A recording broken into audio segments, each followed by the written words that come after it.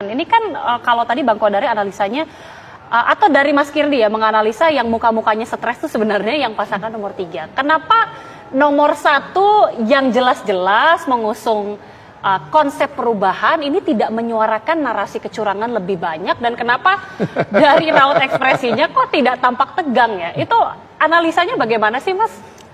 Gini ya, kalau di levelnya mereka, tentu saja mereka jauh lebih tahu apa yang terjadi di atas. Hasil survei benerannya kan mereka yang pegang semua. Kenapa saya bilang hasil survei beneran? Sekarang itu kan hasil survei itu banyak juga yang tanda petik nggak beneran juga, gitu. Jadi kita nggak pernah tahu, yang tahu tuh mereka, gitu loh. Nah, sehingga mereka tahu tuh apakah mereka memang sebagai pihak yang, kalau namanya beauty contest nih, beauty contest, kan ada yang memang dijagokan. Ada yang cuman jadi pembanding, gitu loh. Ketika kita bicara tentang kata pemilihan 3 perusahaan, gitu misalnya, yang jadi pembanding itu udah tahu bahwa dia pembanding. Dan kalau misalnya kita bicara menang kalah, ya yang tahu kondisi dalam ini dia akan tetap santai, ya menang syukur, enggak ya memang kesempatannya memang nggak banyak. Seperti kata Bang Kodari tadi, kalau 80% itu yang pilihannya antara Pak Prabowo sama Pak Ganjar, yang 20% ini kalem-kalem aja gitu loh, santai. Ya syukur-syukur dalam proses ini dia diuntungkan terus naik. Iya, saya itu mau menunjukkan gitu. itu.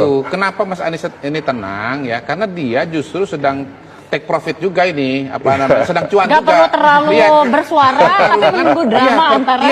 Pertama begini, kalau serangan ini meningkat dari sisi Mas Ganjar, yang akan dapat limpahan suara terbesar itu Anies Muhaimin loh. Dan itu kan sudah ditemukan di beberapa lembaga, termasuk misalnya kayak Indikator setahu saya. Nah, dia ini kan dapat apa? Dapat cuan dari pekerjaan orang lain kan begitu. Jadi ngapain dia ikut ribut? Gitu yang kedua ya nonton aja sudah. Istilahnya kan ini kan begini. Ya tadi ini kan satu kubu keberlanjutan. Ini saling kelahi.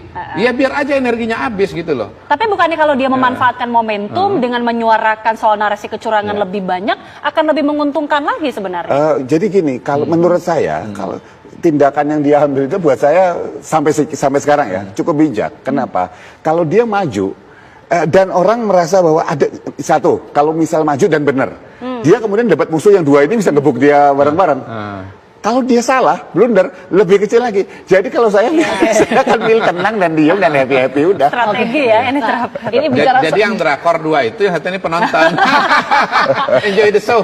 Tapi kita akan lihat bagaimana nanti dinamikanya, karena masih beberapa bulan lagi proses menuju nanti pencoblosan di hari H tanggal 14 Februari. Dan saya menunggu tuh bukti-bukti curangan-curangannya itu dari siapa sebetulnya. Oke, nanti kita sama-sama kawal ya bagaimana proses menuju pemilu 2024. Sekali lagi terima kasih banyak Bang Kodari dan juga Mas Kirdi sudah bergabung bersama kami di Kabar Petang. Sehat selalu.